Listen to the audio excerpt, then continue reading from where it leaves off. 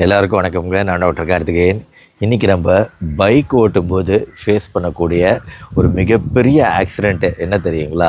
ஓட்டும்போது கிடையாதுங்க. நீங்கள் நினைக்கிற மாதிரி அடிபட்டு ஆக்சிடெண்ட் ஆகிறது கிடையாதுங்க.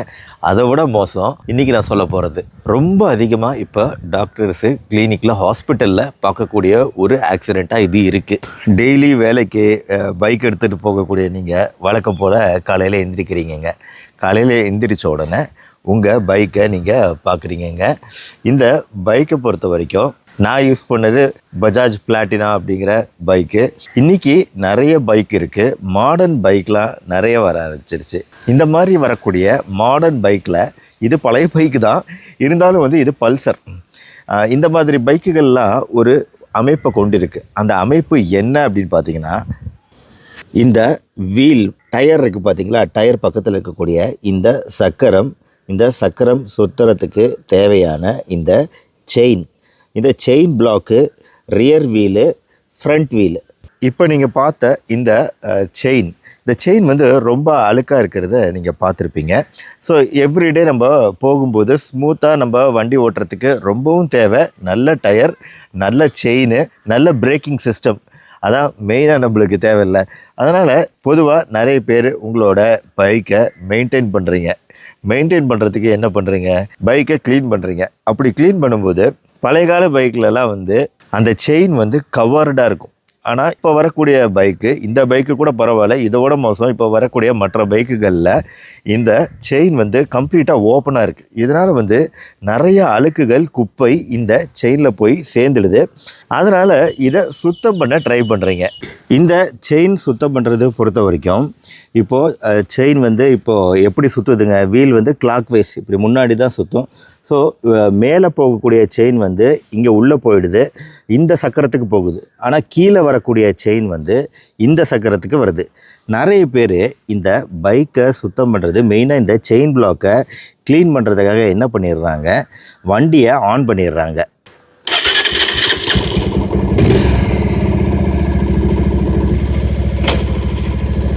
வண்டியை இந்த மாதிரி ஆன் பண்ணி விட்டுட்டு ஃபஸ்ட்டு கியரில் செயினை ஓட விடுறீங்க. இந்த மாதிரி ஃபஸ்ட்டு கியரில் செயினை ஓடும்போது இந்த செயின் நேராக வீல் ப்ராக்கெட்டுன்னு சொல்லக்கூடிய பல் சக்கரத்துக்குள்ளே தான் போகுது. ஸோ அந்த மாதிரி சமயத்தில் துணியை வச்சு க்ளீன் பண்ண ட்ரை பண்ணுறீங்க. ஆஃப் பண்ணுப்பா. ஏதாவது ஒரு துணியை வச்சு சுத்தம் பண்ண ட்ரை பண்ணுறீங்க. இந்த மாதிரி சுத்தம் பண்ண ட்ரை பண்ணும்போது இந்த செயின், முக்கியமாக கீழே இருக்கக்கூடிய செயின் பின்பக்கம் பல் சக்கரத்துக்குள்ளே போகுது. இந்த பல் சக்கரத்துக்குள்ளே போகும்போது உங்களுக்கு இந்த துணி அப்படியே மாட்டிக்கிட்டு, அந்த துணியை நீங்கள் கரெக்டாக க்ரிப்பாக பிடிக்கலன்னா துணி மாட்டிக்கிட்டு அப்படியே கையவும் சேர்த்து இழுத்துட்டு போயிடுது. அதில் அப்படியே விரல்கள் துண்டாகி போயிடுதுங்க. இந்த மாதிரி விரல்கள் துண்டாகி போய் நடக்கக்கூடிய ஆக்சிடெண்ட்டுங்கிறது இன்றைக்கி ரொம்ப அதிகமாக இருக்குது.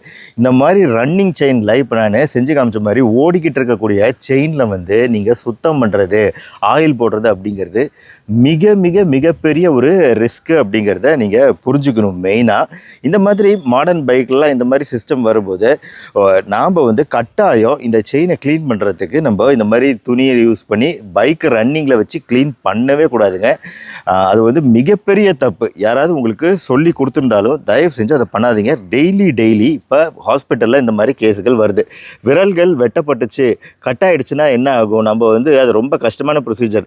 நார்மலாக வயிற்றுக்குள்ளேருந்து ஒரு அப்பெண்டிக்ஸ் சிகிச்சை பண்ணால் கூட அரை மணி நேரத்தில் பண்ணிடலாம். ஆனால் ஒரு விரலை ஒட்ட வைக்கிறதுனா அது 5 மணி நேரத்துலேருந்து 10 மணி நேரம் வரைக்கும் ஆகும். ஏன்னா உள்ள சின்ன ரத்த குழாய்கள், இதை ஒட்ட வைக்கிறதும் கஷ்டம், சர்ஜரியும் கஷ்டம். பிளாஸ்டிக் சர்ஜன் தான் பண்ணவும் முடியும்.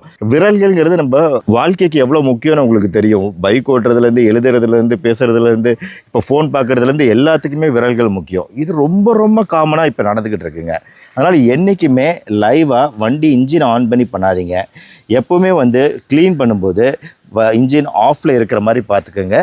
இந்த வீலை நீங்கள் இந்த வீலை சுற்றுவதன் மூலமாக நீங்கள் அதுவும் வீலை பேக் சைடு சுற்றணுங்க. அந்த ஸ்ப்ரே வச்சு இந்த ஸ்ப்ரே போடலாம். அப்புறம் ப்ரஷ் இருக்குது, ப்ரஷ் வச்சு க்ளீன் பண்ணலாம்.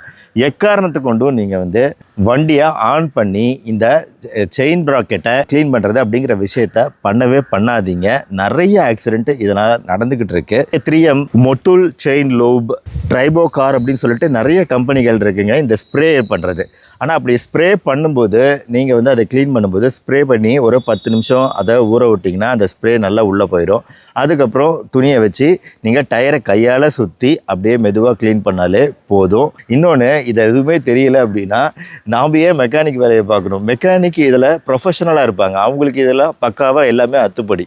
தேவையில்லாமல் இந்த விஷயத்தை நீங்கள் ட்ரை பண்ணாதீங்க. எவ்ரி 500 கிலோமீட்டர் 500 கிலோமீட்டருக்கு ஒரு தடவை கண்டிப்பாக மெயின்டைன் பண்ணணும், செயினை மெயின்டைன் பண்ணணும், லூப்ரிகேட் பண்ணணும், ஆயில் போடணும். அப்போ தான் வந்து நம்ம சேஃபாக போக முடியும். ஒரு பைக்குக்கு தேவையான முக்கியமான விஷயம் டயரு, செயின், பிரேக் தான். ஸோ இந்த விஷயங்கள் கரெக்டாக இயங்கினா நம்ம பெரும்பாலும் ஆக்சிடெண்ட்டில் மாட்ட மாட்டோம். நம்ம ரொம்ப மெதுவாக கவனமாக ஓட்டிக்கிட்டு ஹெல்மெட் போட்டோம்னா பெரும்பாலும் எந்த பெரிய ஆக்சிடெண்ட்லையும் நம்ம மாட்ட மாட்டோம். அன்லஸ் நம்ம நேரம் நல்லா இல்லாமல் எதிர்த்தாப்பில் வரவன் நம்மளை இடித்தால் வழிய பிரச்சனை ஏற்பட போகிறதில்ல. இந்த பைக்கை மெயின்டைன் பண்ணுறது தப்பே கிடையாது, கண்டிப்பாக மெயின்டைன் பண்ணணும். அதான் இதில் இருக்கக்கூடிய சிக்கல் இதுதான். இதே மாதிரி ஆக்சிடெண்ட் தான் வந்து இண்டஸ்ட்ரியிலேருந்து எல்லாத்துலேயுமே நடக்கிறது இதுதான். கன்வேயர் பெல்ட்டு, இந்த கன்வேயர் பெல்ட்டில் ஏதாவது பொருள் போயிட்டுருக்கும். இந்த கன்வேயர் பெல்ட் மெதுவாக தான் போயிட்டுருக்கும். ஆனால் அது மேலே பொருளை இறக்கி ஏற்றுற வேலை இருக்குன்னு வைங்களேன். நிறைய பேர் அந்த கன்வேயர் பெல்ட்டில் எதையாவது வச்சு அப்படியே கை அதை மேலே வச்ச உடனே கன்வேயர் பெல்ட் அப்படியே இழுத்துட்டு போய் கையவே துண்டாக்கக்கூடிய எத்தனையோ ஆக்சிடென்ட்கள் நடந்துட்டு இருக்குங்க. ஃபேக்ட்ரியில் நடக்கக்கூடிய ரொம்ப பொதுவான ஒரு ஆக்சிடென்ட்னா இந்த பெல்ட் ஆக்சிடென்ட் தான். கன்வேயர் பெல்ட்டில் தெரியாமல் அதோட ஸ்பீடு, அதோட வேகம் என்னன்னு தெரியாமல் நம்ம கையை வைக்கிறது தான். நல்லா புரிஞ்சுக்கோங்க. ஈவன் சாதாரணமாக ஸ்ப்ரே பண்ணும்போது கூட அதை ஸ்ப்ரே பண்ணும்போது நீங்கள் வந்து ஏதாவது ஸ்மோக் பண்ணிக்கிட்டு புகைப்பிடிச்சிட்டு இருந்தீங்கன்னா அந்த ஸ்ப்ரே வந்து இன்ஃப்ளேமபிள், அது வந்து ஃபயர் ஆகக்கூடியது, அதுவும் பார்த்துக்கணும். பக்கத்தில் நாய், இந்த குழந்தைங்க விளையாடுறது, நீங்கள் பைக்கை க்ளீன் பண்ணும்போது அவங்க இல்லாமல் பார்த்துக்கணும். கடைசியாக வந்து இந்த மாதிரி பைக் டிசைனுங்க எத்தனையோ ஆக்சிடென்ட் நடக்குது.